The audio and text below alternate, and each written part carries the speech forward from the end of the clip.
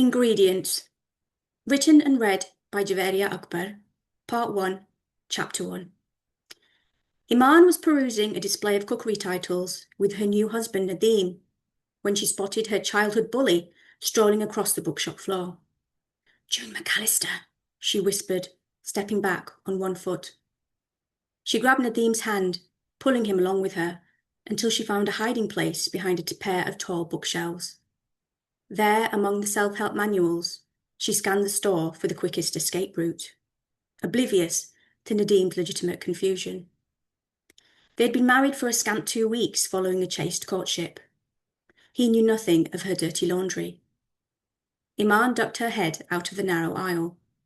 There was June, wearing a stretchy sling made of jersey. The sleeping baby inside it was modelling a stripy yellow and black hat, a fat, slumbering bumblebee.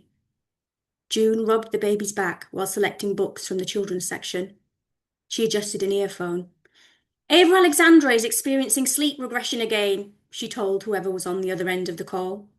She was far away, but her voice was loud, as if she was an actress. Even the man at the cash register turned to look. June's eyebrows were thicker than before, her pillowy butt cheeks preternatural, 2 balls of proving sourdough in need of a knockback. Iman was transported to the past. Her nose twitched in muscle memory, remembering the sweet scent of the slim bottle of Impulse June used to spray on herself after PE. Nadeem hovered over Iman, his gaze following hers, but she placed her hand on his arm and eased him back. Shielded by the bookcase, she crouched to give her wobbly legs some respite and placed a hand on the patterned threadbare carpet to steady herself. Nadeem squatted beside her and placed a hand over hers. "Iman," he said. When she didn't respond, he moved her face towards him, his touch warm against her cheek. "Who on earth is June McAllister?"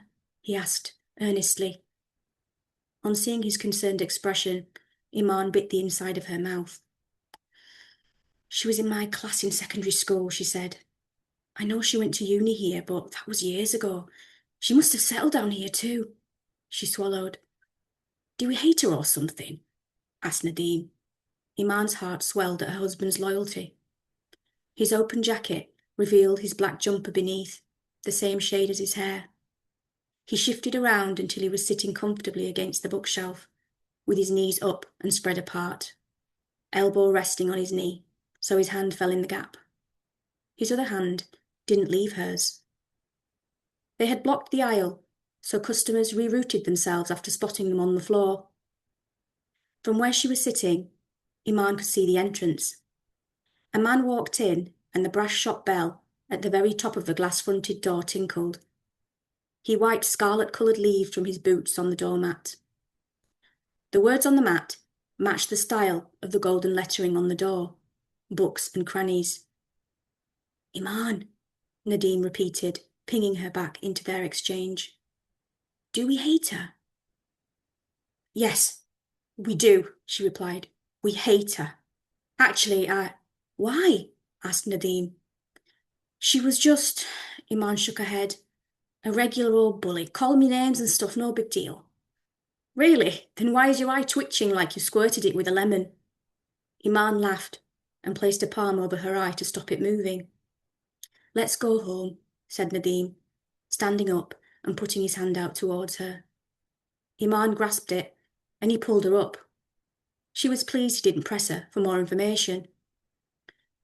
In the car on the way home, Nadeem pressed Iman for more information. "It's silly, really. I don't even know why I still care," she said. "Tell me anyway." Nadeem put his hand across the headdress behind her, and a ripple undulated through her body as he twirled a curl of her hair with one finger. He was the only man in the world who had seen her naked. She was a raw nerve ending around him, sometimes even recoiling at his kindnesses. She was uncomfortable with the intimacy of his gaze, despite having shared his bed for the last fortnight. There was a carrier bag at her feet full of bread and fruit from their earlier supermarket trip. She took a satsuma out of its red netting and peeled it, willing the moment to pass. Nadeem switched off smooth radio.